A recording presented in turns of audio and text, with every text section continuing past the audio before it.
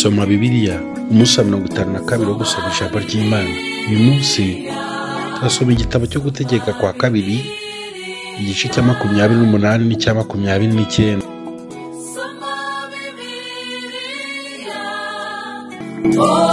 Soma Bibiliya. Soma Bibiliya ni ikiganiro mutegurirwa kandi mugiye kugezwaho na Evangelize Le Monde TV. Ikiganiro kije mu rwego rwo gufasha abasomyi ba Bibiliya cyangwa abandi bantu bose bagize icyifuzo n'igitekerezo cyo gusoma ijambo ry'Imana ariko ntibabaje kugera ku iyo ntego. Ushobora kuba warayisomye ukayigeza hagati, ushobora kuba warabitekereje kuyisoma ariko ukabura umwanya. Hari impamvu nyinshi zigenda zigaragazwa n'abantu bakavuga ko gusoma Bibiliya ijambo ry'Imana ngo babashe guhitura no kurangiza ibitabo birigize byabananiye. Uyu munsi ntiyakwiye kuba impamvu cyangwa urwitwazo rwatuma udasoma ijambo ry'Imana. Evangelize Le Monde TV twabatekerejeho ku bakunzi bacu aho muherereye impande enye zigize isi. Tugiye kujya tubana namwe mu kiganiro Soma Bibiliya. Ikiganiro kizajya gitambuka buri munsi mu gitondo ku isaha ya 11:30. Mu gihe cy'umwaka umwe tuzaba turangije gusoma ijambo ry'Imana. Ndakwifuriza kutazacikwa n'iki kiganiro Soma Bibiliya.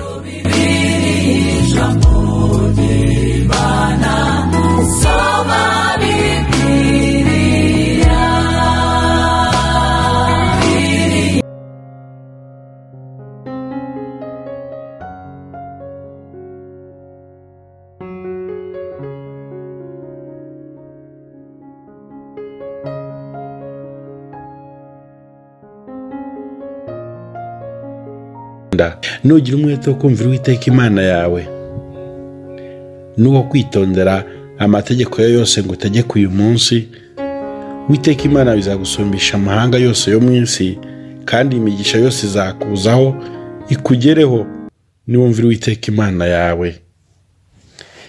Uzagira umugisha mu mudugudu, uzawugira no mu mirima. Hazagira umugisha imbuto zo mu nda yawe n'imyaka yo ku butaka bwawe n'imbuto z'amatungo yawe, kororoka kw'inka zawe n'uko imikumbi yawe. Hazagira umugisha igitenga cyawe n'ikibo uvugiramo. Uzagira umugisha mu majya no mu maza. Uwiteka Imana, Uwiteka azatuma ababisha babagurukiye banesherezwa imbere yawe. Bazaca mu nzira imwe bagusanganiye, baguhunge baciye mu nzira ndwi. Uwiteka azategeka umugisha kuba mu bigega byawe no mu byo ugerageza gukora byose, kandi azaguhera umugisha mu gihugu Uwiteka Imana yawe guha. Uwiteka azagukomereza kumubera ubwoko bwera nk'uko yakurahiye. Niwitondera amategeko y'Uwiteka Imana yawe ukagenda mu nzira ikuyoboye, amahanga yo mu isi yose azabona yuko witiriwe izina ry'Uwiteka agutinya. Kandi Uwiteka azakugwiriza ibyiza by'imbuto zo mu nda yawe n'ibyiza amatungo yawe n'iby'imyaka yo mu butaka bwawe mu gihugu Uwiteka yarahiye ba sekuruza banyu yuko azaguha. Uwiteka azagukingurira ijuru, ububiko bwe bwiza, ngo ajya kuvubira imvura mu bihe byayo, aho umugisha imirimo ikuva mu maboko yose. Uzaguriza amahanga menshi, maze ntuzayaguzaho. Uwiteka azaguhindura umutwe, ntazaguhindura umurizo. Uzaba hejuru gusa, ntuzaba hasi. Niwumvira amategeko y'Uwiteka Imana yawe ngo utegeke uyu munsi ukayitondera, ntuteshuke iburyo cyangwa ibumoso, ngo uve mu byo ngo utegeke uyu munsi byose, uhindukirire izindi mana uzikorere. Ariko nutumvira Uwiteka Imana yawe ngo witondere amategeko yayo y'uburyo bwose ngo utegeke uyu munsi, iyi mivumo yose izakuzaho ikugereho. Uzaba ikivume mu mudugudu, uzaba ikivume mu mirima. Hazavumwa igitenga cyawe n'ikibo uvugiramo. Hazavumwa imbuto zo mu nda yawe n'imyaka yo ku butaka bwawe, no kororoka kw'inka zawe n'uko imikumbi yawe. Uzavumwa mu majya no mu maza. Uwiteka azakohereza umuvumo no guhagarikwa umutima no kubwirwa ibyago bizaza mu byo ugerageza gukora byose, kugeza aho uzarimbukira ugakurwa vuba, ukamarwa vuba aguhora ibyaha bikomeye uzaba ukoze byo kumwumvira, byo kumwimura. Uwiteka azateza mugiga itakuvaho, ageze aho azagutsembera ugashira mu gihugu ujyanwamo no guhindura. Uwiteka azaguteza urusogobo n'ubuganga n'ububyimba bwaka umuriro n'icyokere cyinshi n'amapfa no kuma n'uruhumbu bizakomeka bigeze aho uzarimbukira. Ijuru ryo hejuru ry'umutwe wawe rizahinduka umuringa, n'ubutaka uhagazeho buzahinduke icyuma. Mu cyimbo cy'imvura Uwiteka azasuka mu gihugu cyawe umukungugu n'umusenyi muto nk'ifu y'ingenzi, bizava mu ijuru bikugweho bigeze aho uzarimbukira. Uwiteka azatuma uneshwa n'ababisha bawe bagushyira imbere, uzaca mu nzira imwe bagusanganiye, ubange uciye mu nzira ndwi.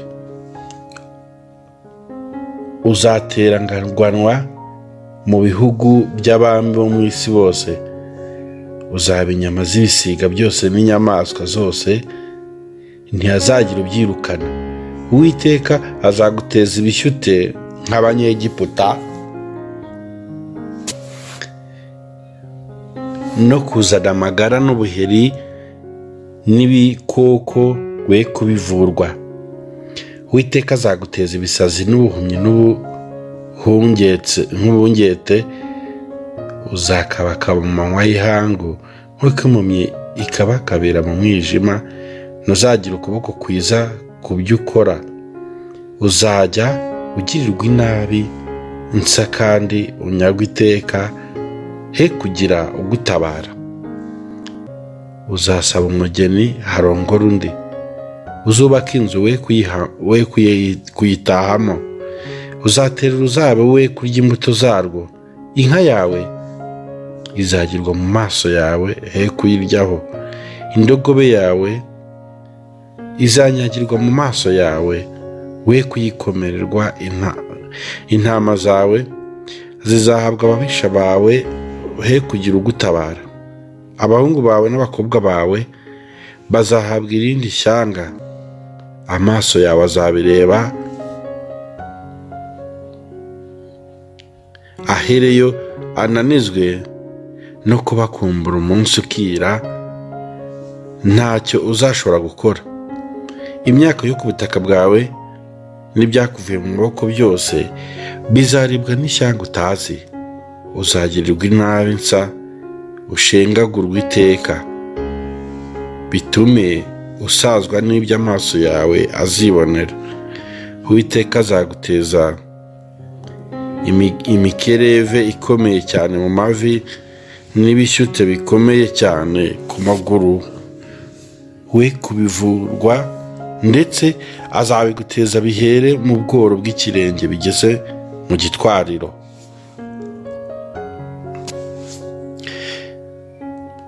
Wowe n'umwami uziyimikira, Uwiteka azabashyira ishyanga utigeze kumenya, wowe na ba sekuruza banyu, kandi uzakoreraho izindi mana z'ibiti n'amabuye, kandi uzahindukira amahanga yose Uwiteka azakwimuriramo igitangaza n'iciro ry'imigani n'agashinyaguro.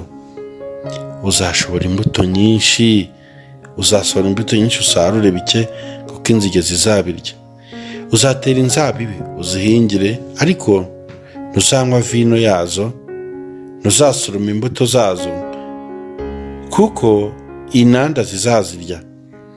Uzagira umwelayo mu gihugu cyawe cyose, ariko ntuzisiga amavuta yayo, kuko imyelayo yawe izahungura imiteja.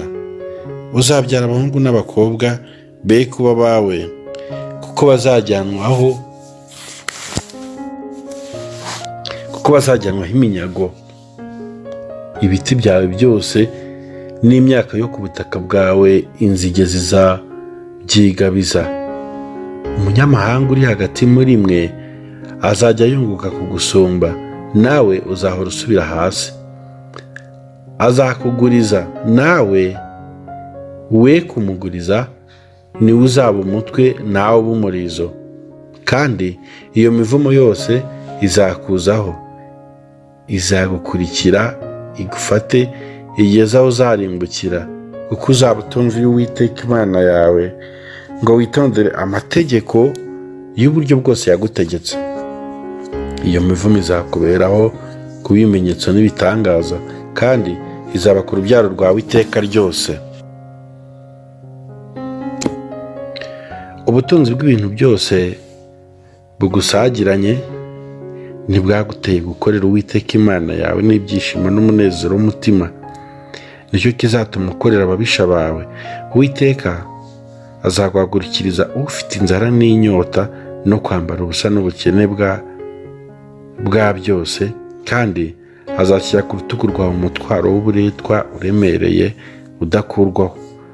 Uwiteka azakuzanira ishyanga rya kure akuye ku mpera y'isi, riza nk'uko ikizu kiguruka. Ishyanga uzaba utazi ururimi rwaryo, ishyanga rifite mu maso hagaragaza urugomo, rizatuba ritazubaha abashaje, ritazababarira abana.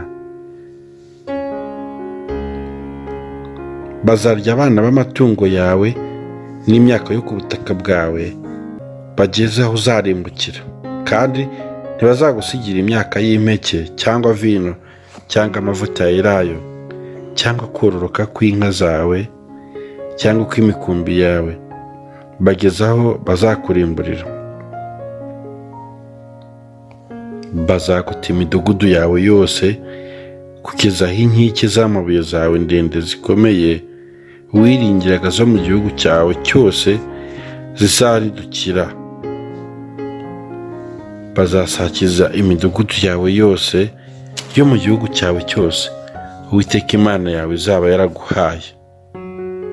Uzarya imbuto zo mu nda yawe, inyama z'abahungu bawe n'abakobwa bawe Uwiteka Imana yawe izaba yaraguhaye kubwo kugotwa no gusakizwa. Ababisha bawe bazagusakiza. Umugabo wo muri mwe wadamaraye akarushaho kumenyera kugubwa neza gusa, azarebana imbabazi nke mwene se n'umugore aseguye n'abana be asigaranye bakiriho, ye guha n'umwe muri bo ku nyama z'abana be azaba ariye, kuko ari ntacyo asigaranye kubwo kugotwa no gusakizwa. Ababisha bawe bazagusakiza mu midugudu yawe yose. Umugore wo muri mwe wadamaraye akamenya kugubwa neza gusa, utatinyuka no gukandagiza ikirenge kubwo kudamarara no kumenyera kugubwa neza gusa, azarebana imbabazi nke umugabo aseguye n'umuhungu we n'umukobwa we, ngatabagarurira ku ngobyi iturutse hagati y'amaguru ye no ku bana babyaye, kuko azabarira rwihishwa, kuko abuze byose mu byo kugotwa no gusakizwa. Ababisha bawe bazagusakiza mu midugudu yawe. Nutitondera amagambo yose y'aya mategeko yandikiwe muri iki gitabo ngo utinyire izina ry'icyubahiro riteye ubwoba, ari ryo Uwiteka Imana yawe, Uwiteka azaguteza wowe n'urubyaro rwawe ibyago by'uburyo butangaza bikomeye bizakubaho akome, n'indwara zikomeye zizabere akarande. Kandi azaguteza nawe za ndwara zose yateje abanyegiputa zikagutera ubwoba, zigufateho akaramata, kandi indwara yose n'icyago cyose bitanditswe mu gitabo cy'aya mategeko nabyo Uwiteka azabiguteza ageze aho uzarimbukira. Muzasigara muri bake nubwo mwari muhwanije ubwinshi n'abanyenyeri zo ku ijuru, kuko uzaba utumviye Uwiteka Imana yawe. Kandi nk'uko Uwiteka yishimiraga kubagirira neza no kubagwiza, niko Uwiteka azishimira kubarimbura no kubatsemba. Kandi muzajugurwa mukurwe mu gihugu mujyanamo no guhindura. Kandi Uwiteka azabatangariza mu mahanga yose, uhereye ku mpera y'isi ukageza ku yindi mpera yayo. Kandi uzakorera izindi mana utigeze kumenya, na ba sekuruza banyu batigeze kumenya, n'ibiti n'amabuye. Kandi muri ayo mahanga nta mahoro uzabona, ntuzabona aho uruhurira ibirenge byawe. Ariko Uwiteka azaguherayo umutima uhinda umushyitsi, n'amaraso aremba, n'amaso aremba, n'imitima wonze. Uzashidikanya ubugingo bwawe, uzahora utinya ku manywa na nijoro. Ntuzagira kwiringiza ubugingo bwawe, buzakigira uti iyo bwira buzagoroba, ngira ati iyo bucya, ubitewe n'ubwoba bwo mu mutima wawe bugutinyisha n'ibyo amaso yawe azibonera. Kandi Uwiteka azagusubirisha muri Egiputa inkuge, mu nzira nakubwiye nti ntuzongere kuyibona ukundi. Muzigurirayo n'ababisha banyu ngo mube imbata z'abagabo n'abagore, mwe kubona ubagura. Kandi Uwiteka azagusubirisha muri Egiputa inkuge, mu nzira nakubwiye nti ntuzongera kuyibona ukundi. Muzagurirayo n'ababisha banyu ngo mube imbata z'abagabo b'abagore, mwe kubona bagura. Itegeko kwa kabiri igice cya 29 tw'amagambo aravuga ngo isezerano Imana yagiranye n'Abisiraheli i Mowabu. Aya niyo magambo y'isezerano Uwiteka yategetse Mose gusezerana n'Abisiraheli mu gihugu cy'i Mowabu, yongeye ku isezerano yasezeraniye nabo kuri Horebu. Mose ahamagara Abisiraheli bose arababwira ati, mwabonye ibyo Uwiteka yagiriye Farawo n'abagaragu be bose n'igihugu cye cyose mu maso yanyu mu gihugu cya Egiputa, ibigerageresho bikomeye n'ibimenyetso nabyo bitangaza bikomeye amaso yanyu yiboneye. Ariko Uwiteka ntabaho umutima umenya, n'amaso areba, n'amatwi yumva, ageze kuri uyu munsi. Kandi Uwiteka ati, namaze imyaka 40 mbashorera mu butayu, imyambaro yanyu ntibasaziyeho, inkweto zanyu ntizasaziye mu birenge byanyu. Nimurye umutsima, ntimunywe vino cyangwa igisindisha, kugira ngo mumenye yuko ndi Uwiteka Imana yanyu. Mugeze aha hantu Sihoni umwami w'i Heshiboni na Ogi umwami w'i Bashani badusanganirira kuturwanya, turabatsinda, duhindura ibihugu byabo tubibaho gakondo Abarubeni n'Abagadi, n'igice kingana n'ikindi cy'umuryango w'Abamanase. Nuko mwitondera amategeko y'isezerano, muyumvire, mubone uko mugira ukuboko kwiza mu byo mukora byose. Uyu munsi mwese muhagaze imbere y'Uwiteka Imana yanyu, abatware banyu n'imiryango w'abakuru banyu, n'abatware n'ingabo banyu, n'abagabo b'Abisiraheli bose, n'abana banyu bato, n'abagore banyu n'umunyamahanga uri hagati mu ngando zanyu, uhereye ku mushenyi w'inkwi zawe ukageza ku muvomyi wawe. Muzanywe no kwemera isezerano ry'Uwiteka Imana yawo, isezerana rikomezwa n'indahiro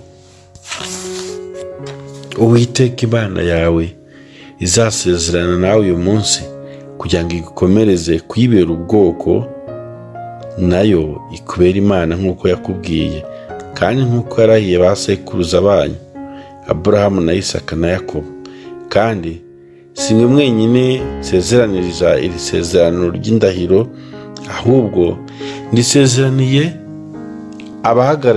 abahagararanye natwe uyu munsi imbere y'Uwiteka Imana yacu, kandi n'abatari hano hamwe natwe uyu munsi. Muzi ko twabaga mu gihugu cya Egiputa, kandi uko twaciye hagati y'amahanga mwaciyemo, kandi mwabonye ibizira bakunda n'ibigirwamana byabo by'ibiti n'amabuye n'ifeza n'izahabu byari muri bo. Muri mwe he kugira umugabo cyangwa umugore cyangwa inzu cyangwa umuryango umutima uteshuka uyu munsi ngo uve ku Uwiteka Imana yacu, agenda akorera ibigirwamana by'ayo mahanga. He kuba muri mwe umuzi wera, ikishi n'igisharira cyane. He kugira uwumvise amagambo ya wa muvumo ngo yirarire mu mutima we ati, nzagira amahoro nubwo ngendana umutima unangiye, akanimbuza abaherereye n'ubuhume. Uwiteka ntazemera kumubabarira, ahubwo uburakari bw'Uwiteka n'ifuhe rye bizakugumanira uwo muntu kuri icyo gihe. Imivumo yose yanditswe muri iki gitabo imubeho, kandi Uwiteka azatsemba izina ry'uwo ari kure munsi y'ijuru. Uwiteka azamurobanurira mu miryango y'Abisirayeli yose kugira ibyago bihwanye n'imivumo yose yo mu isezerano ryanditswe muri iki gitabo cy'amategeko. Nuko urubyaro rwayo ruzakurikiraho, abana banyu bazakura babakurikiye, n'umunyamahanga uzava mu gihugu cya kure nibabona ibyago byabaye muri icyo gihugu n'indwara Uwiteka yagiteje, kandi yuko icyo gihugu cyose ari amazuku n'umunyu n'ururimbi, kidahingwa, kitera, kitameramo akatsi, gihwanye na kwa gutsembwa kw'i Sodomu n'i Gomora na Adima na Siboyima Uwiteka yatsembesheje uburakari bwe n'umujinya we. Bo n'amahanga yose bazabaza bati, ni iki gitumye Uwiteka agira iki gihugu gutya? Umujinya ugurumana utya watewe n'iki? Abantu bazagusubiza bati, nuko baretse isezerano ry'Uwiteka Imana ya ba sekuruza, iryo yasezeranye nabo ubwo yabakoraga mu gihugu cya Egiputa, bakagenda bagakorera izindi mana bakazikubita imbere, imana bari batazi kandi Uwiteka yari atazibahaye. Nicyo cyatumye uburakari bw'Uwiteka bugurumanira iki gihugu, akakizanira imivumo yose yanditswe muri iki gitabo. Nicyo cyatumye Uwiteka aterwa ubwoba n'uburakari n'umujinya no kurakara kwinshi, kubarandura mu gihugu cyabo, akabajugunya mu kindi nk'uko biri none.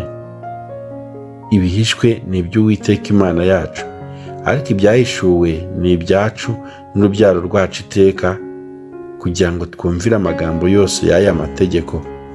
Murakoze, mugire amahoro y'Imana.